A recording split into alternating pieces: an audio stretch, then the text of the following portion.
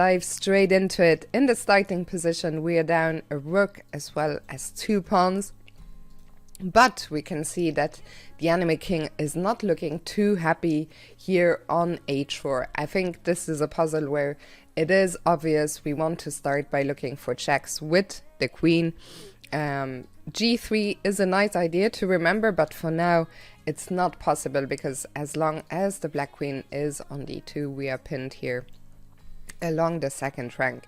So we start by looking for checks, and there are 2 tempting checks in the starting position, queen b4 and queen e7. Now queen b4 is not the right move, and why is that? That's because the king gets to escape here. One thing that I haven't even mentioned yet is that the rook on a3 is hanging, so yes, we could pick that up either after a check or before, but the problem is suddenly black starts checking us, and even though we are only 1 square away from queening, black lets us get a new queen. They get a new queen of their own, and at the end of the day they are going to win this endgame owing to their 2 extra pawns. So yeah, that also of course answers the question as to why we don't take here. We run into the same problem of queen f4 followed by c2. Now queen b4, the king escapes. I already mentioned that. Yes, we have another check here with h4. With best play we're not actually going to lose, but the problem is we're not going to win either. I'll leave it to you guys to analyze this position. But long story short, in this line here after queen f4, most likely black will go for a perpetual.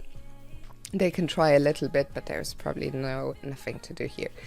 So that answers the question about queen b4 check. That is problematic simply because the king escapes. So I think instinctively we should feel that queen e7 is the way to go. Why is that? Because we are forcing g5 and suddenly the king is completely boxed in. If you're wondering why black cannot block the check with the queen, well, now g3 is actually a beautiful checkmating, well, a beautiful checkmate. This is a really nice pattern. The pawn cannot be captured because the queen is pinned to the king. We are going to see plenty of these g3 checkmating motifs as we go forward in this puzzle. So pawn blocks the check. And now, once again, we don't want to take this rook. We're really fixated on delivering a checkmate, and checkmate we will find. Here comes the check from before, now that the king cannot run back to g5. Once again, if black blocks the check and gives a check by their own, this is actually quite the sequence. Check, check, checkmate. With this g3 stunner always shocking black in the end. Please do subscribe.